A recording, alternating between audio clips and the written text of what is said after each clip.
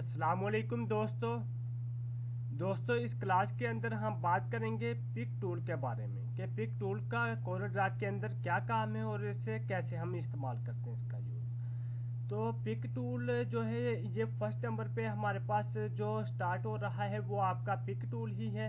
ठीक है, तो पिक टूल के बारे में आज हम डिस्कस करते हैं कि पिक टूल का क्या काम है। पिक टूल जो है ये आपका किसी भी ऑब्जेक्ट को यानी कि कोई भी आप कोरल के अंदर आप शेप वगैरह इंसर्ट करवाते हैं, कोई भी आप या रेक्टेंगुलर वगैरह या कुछ भी आप ड्रा करवाते हैं, तो उसे एक मूव करने के लिए एक जगह से दूसरी जगह लेके जाने के लिए पिक टूल का इस्तेमाल किया जाता है। अगर आप नोट करें कि पिक टूल के ये छोटा सा ड्रॉप डाउन एरो आ रहा है, ये बॉटम राइट पे छोटा सा ड्रॉप डाउन एरो आ रहा है, इसका मतलब है कि यानी इस टूल के अंदर और भी मजीद टूल पड़े हुए हैं। अगर आप इधर आके क्लिक करते हैं इस एरो के ऊपर, ये देखें इसके अंदर फ्री हैंड पिक टूल पड़ा हुआ है और इसी तरह फ्री ट्रांसफॉर्म टूल पड़ा हुआ है। यानी पिक टूल के अंदर फ्री हैंड पिक टूल भी पड़ा हुआ है, इसी तरह फ्री ट्रांसफॉर्म टूल भी पड़ा हुआ। तो फिलहाल आज हम डिस्कस करेंगे पिक टूल के बारे में कि पिक टूल क्या है। अब देखें मैं इधर आता हूँ, इधर आके मैंने एक रेक्टेंगुलर ड्रा करवा ली, ये एक मैंने रेक्टेंगुलर ड्रा करवाई। ठीक है, अब ये देखें, अब ये एक रेक्टेंगुलर है।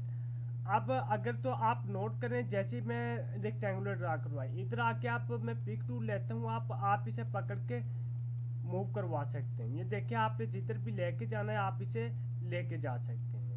अगर आप नोट करें, जैसे मैंने रेक्टेंगुलर ड्रा करवाई, तो ये देखें इसके साइडों पे प्लेस होल्डर बने आ रहे हैं, आपको नजर आ रहे हैं। ठीक है, ये जो छोटे छोटे बॉक्सेस नजर आ रहे हैं आपको ब्लैक कलर के, इन्हें हम बोलते हैं प्लेस होल्डर। ठीक है, ये आपके पास प्लेस होल्डर है। अगर आप ये देखें इधर से पकड़ के इस तरह से आप बड़ा भी कर सकते हैं, इस तरह से आप छोटा भी कर सकते हैं, यानी आप अपनी मर्जी से इसका साइज बड़ा छोटा कर सकते हैं इस तरह से। ठीक है ना, ये जिस तरह भी आप इसे इस्तेमाल करना चाहें आप पिक टूल की मदद से आप इसे इस्तेमाल कर सकते हैं, इसका साइज छोटा बड़ा कर सकते हैं। अगर आप चाहते हैं कि इसका एग्जैक्ट साइज एक जैसा हो, ठीक है ना, यानी कि आप फिर इधर से पकड़ के देखें बड़ा करें तो आपका ये देखें साइज बड़ा हो रहा है। ठीक है ना, यानी कि आप किसी भी कॉर्नर से, इनमें से किसी भी कॉर्नर से पकड़ें, ठीक है, वो देखें एक साथ आपका साइज बड़ा होगा। ठीक है, अगर आप चाहते हैं कि वो चारों साइडों से साइज एक यानी बराबर आपका साइज छोटा हो बड़ा हो, ठीक है, फिर आप शिफ्ट की कीबोर्ड से प्रेस करें, देखें आपका साइज चारों साइडों से एक जैसा हो रहा है। ठीक है ना, यानी कि अगर आप शिफ्ट की का इस्तेमाल नहीं करते, शिफ्ट के बगैर आप साइज बड़ा करते हैं, तो नोट करें इस तरह से आपका वो साइज बड़ा होगा। लेकिन जब आप शिफ्ट की कीबोर्ड से प्रेस करते हैं, देखिए इक्वल साइज आपका आ रहा है। अब ये जो आपके पास लाइन आ रही है जो साइडों पे, ये आपको बता रही है कि आपकी शेप इस तरह की होगी, तो ये देखिए आपका इस तरह से साइज आ गया।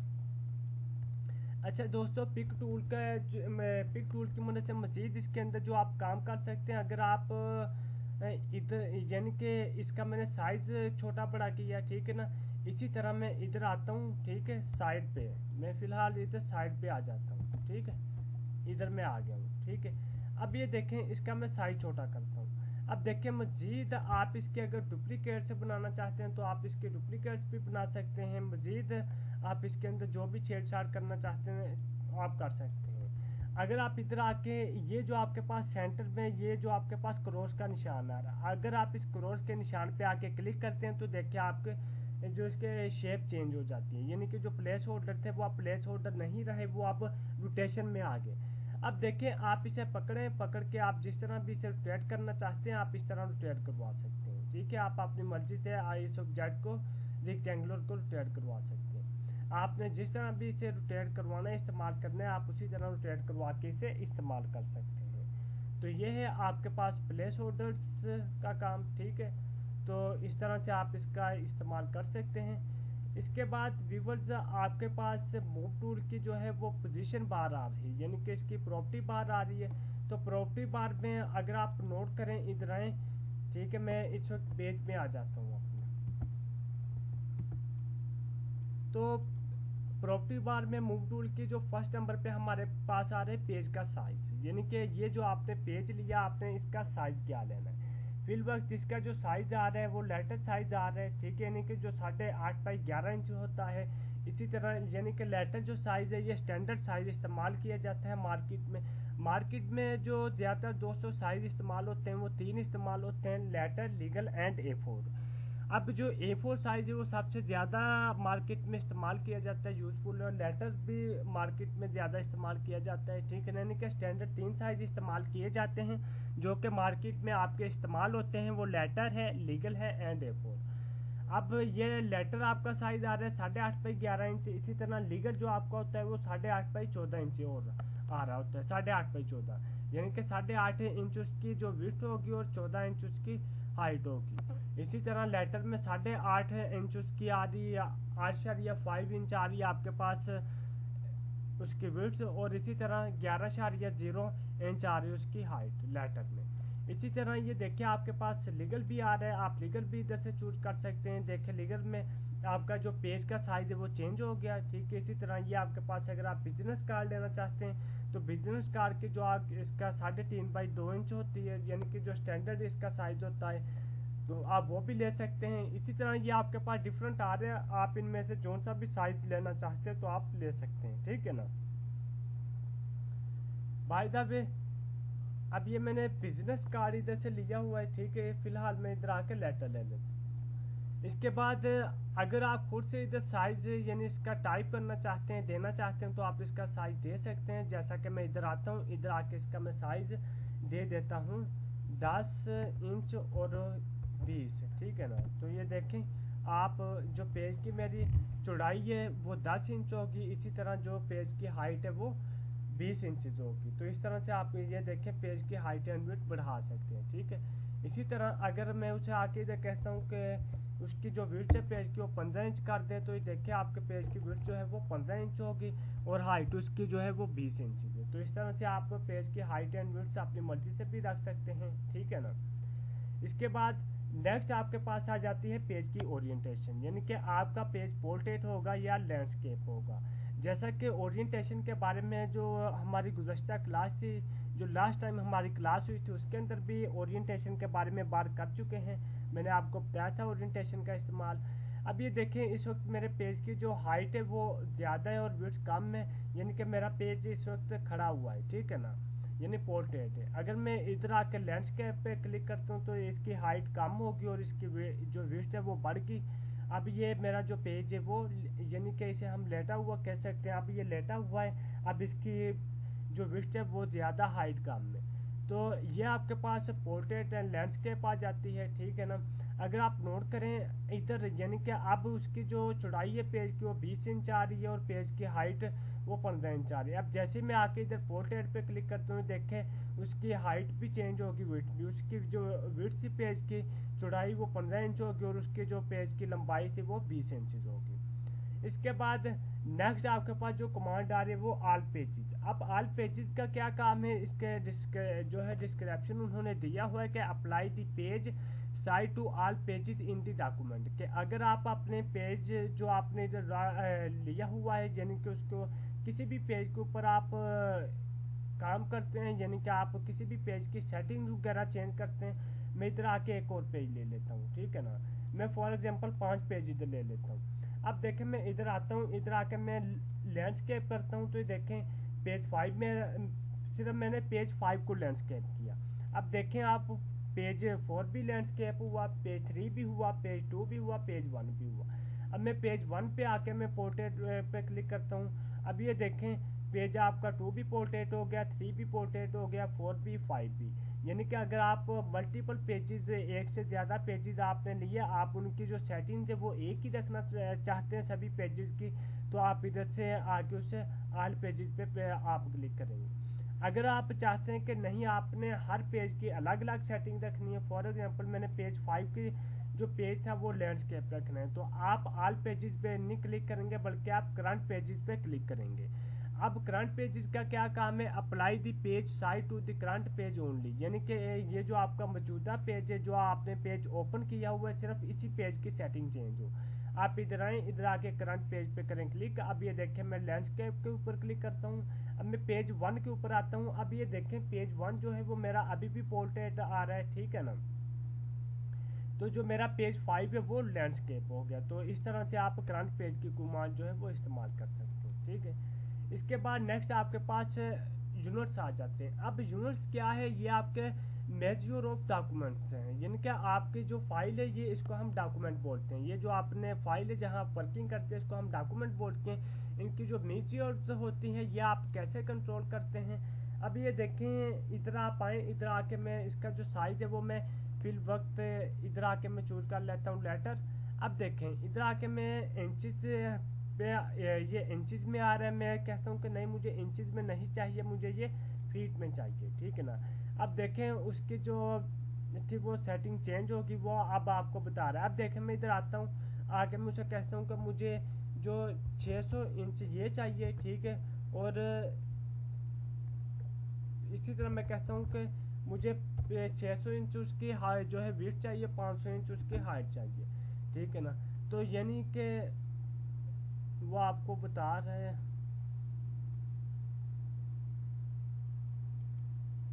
मैं इधर आता हूँ, इंच में एक दफ़ा आता हूँ। अब ये देखें, अब मैं उसे इधर आके मैंने कहता हूँ 600 इंच एंड 500 इंच, ठीक है ना। तो ये देखें ये आपका पेज इस तरह से आ गया, ठीक है। अब मैं इधर आके इसके विड्थ जो है वो 1000 इंच कर देता हूँ, ठीक है। अब ये देखें मेरे पेज की जो विड्थ थी वो बढ़ गई, वो 1000 इंच होगी।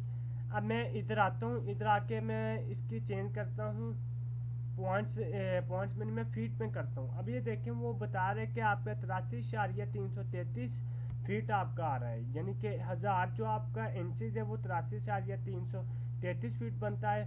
और जो आपका था यानी कि आपके जो फीट थे वो मेरे ख्याल में थे हमारे इंचेस 500, ठीक है ना।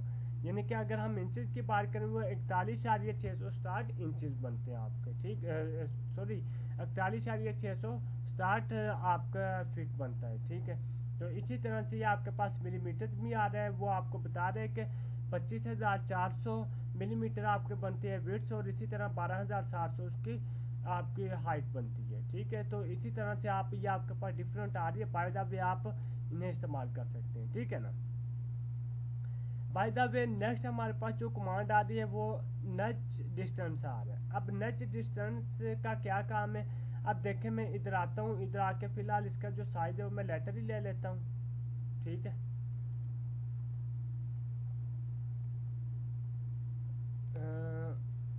ये पेज का साइज आ जाता है,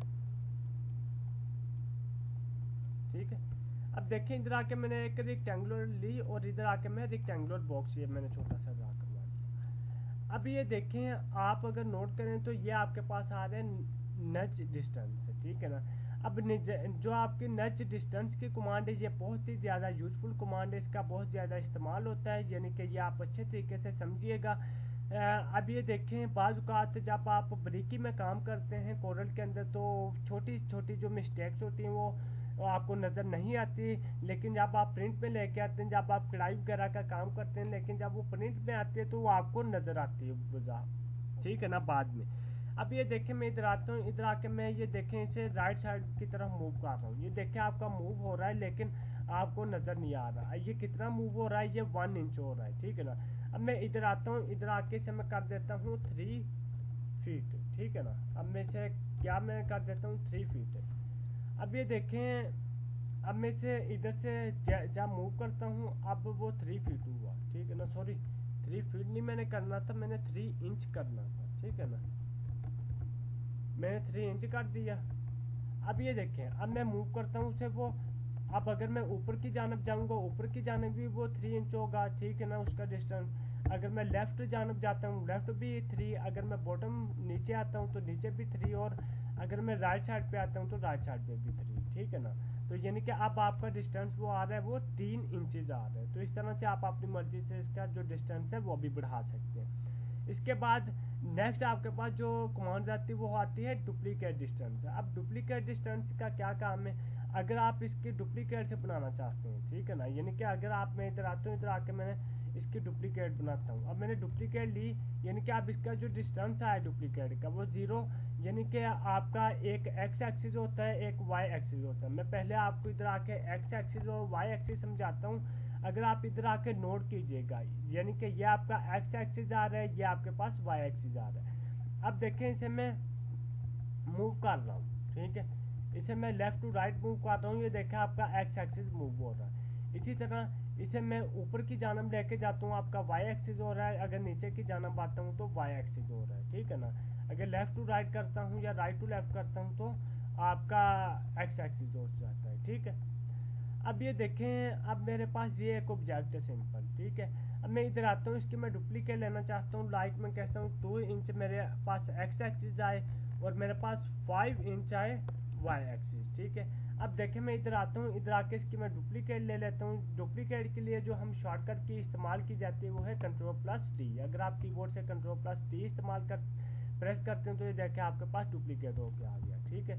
यानी कि इसका मैं डुप्लीकेट का फिलहाल मैं कम करता हूँ, लाइक मैं ये कर देता हूँ 1 और ये मैं कर देता हूँ 2, ठीक है।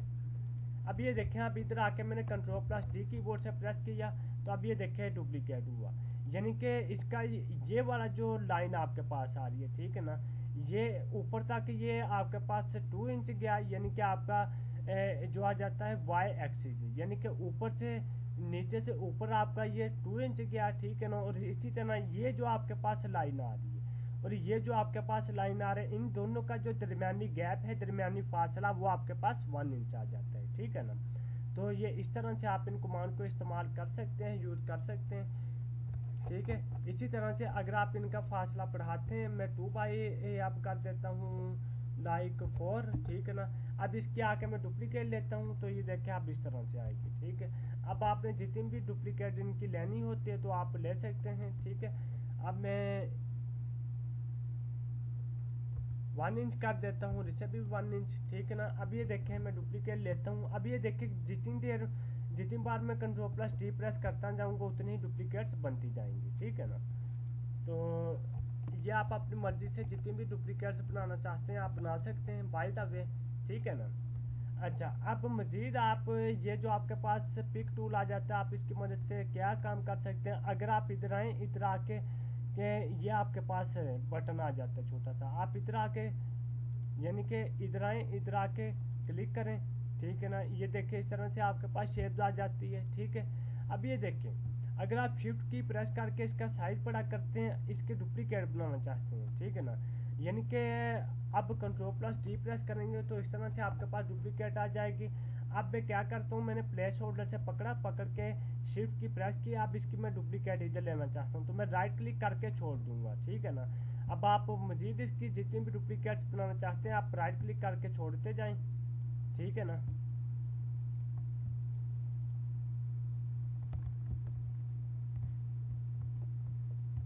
ठीक है ना। तो इस तरह से आप इनकी डुप्लीकेट जो है वो बना सकते हैं, ठीक है। आप इधर से पकड़ के शिफ्ट की प्रेस करें, आप राइट क्लिक करके छोड़ दें। अब देखें मैंने एक डुप्लीकेट बनाने के बाद अब मैं Ctrl+D कीबोर्ड से प्रेस करता हूं तो देखें मजीद उसकी डुप्लीकेट खुद ब खुद बन रही है। तो आप इस तरह से भी इनकी डुप्लीकेट जो है वो बना सकते हैं, ठीक है ना। बाय द वे, ये था हमारा पिक टूल। इंशाल्लाह नेक्स्ट क्लास के अंदर हम बात करेंगे इसके फ्री हैंड पिक टूल के बारे में। आई विश कि आपको इस क्लास की समझ आई होगी। मुझे इजाज़त दीजिए, अल्लाह हाफिज़।